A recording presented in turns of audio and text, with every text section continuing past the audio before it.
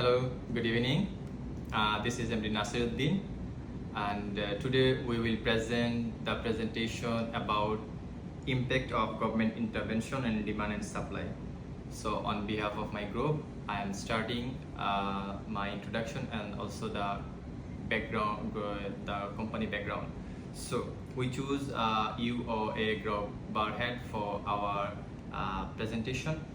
So, if I mention the details about UOA Group, then the UOA Group Barhead is established 1987, and the headquarter is Kuala Lumpur, Malaysia.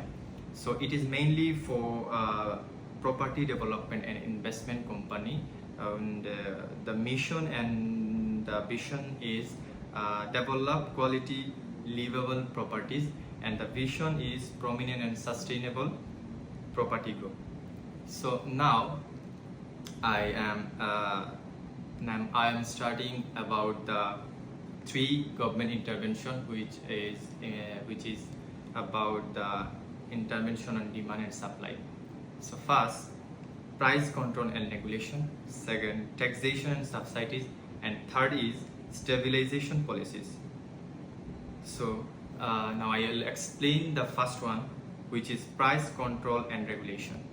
So according to the Act 723, Price Control and Anti-Profiteering Act 2011, and it is mainly used for regulates material cost. And secondly, Act 118, which is Housing Development Act 1966, and that is mainly used for control property licensing. And the last one, Act 172, Town and County Planning Act 1976, which is used for zoning and land use. So now I am trying to explain the demand and supply about this intervention. So I will start the demand and supplies. Price control and regulation help control housing prices and protect buyers. So first one, the first impact, prevent price surges, which is government intervention, government regulation prevent house prices from rising too quickly, making to the market more stable. And the second impact is affordable housing, which is mainly used for increase the demand for housing. And second, and the last impact is buyer protection.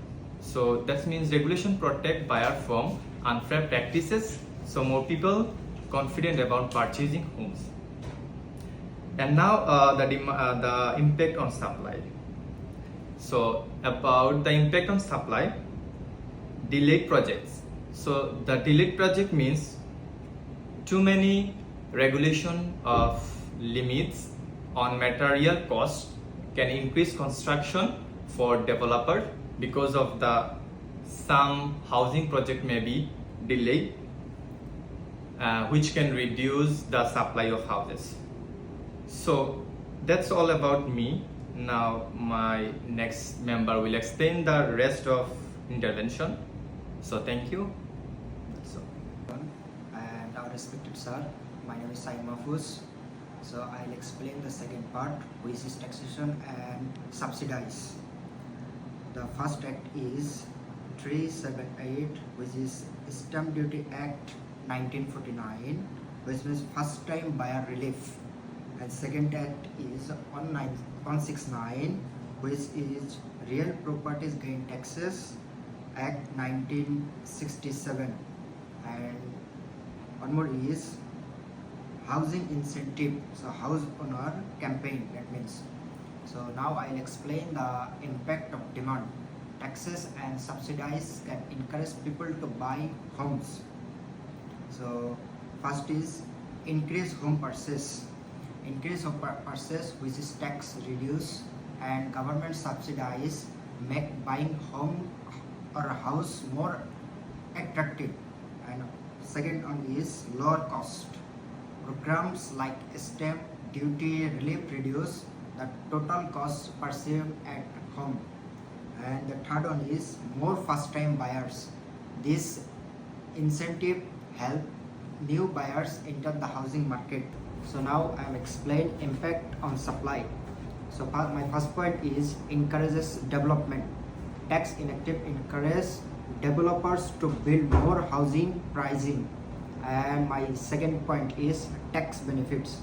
When property taxes or capital gain taxes are reduced, developer can make more profit, which motivates them to encourage housing supply. So that's all for me. So my third part, explain my one more friend. So that's all for me. Hi, good morning, sir. I'm MD Faisal. Today I will present the third intervention of the government policy. The policy is the stabilization policies, and I am presenting the Act 701, the Central Bank of Malaysia, and which is controls monetary policy. And the second is overnight policy rate, OPR, and the mortgage interest rates. And I will present the impact on demand, and which is the stabilization policies mainly work through the interest rates, higher borrowing costs. When interest rates increase, the mortgage loans become more expensive, so fewer people can buy the houses.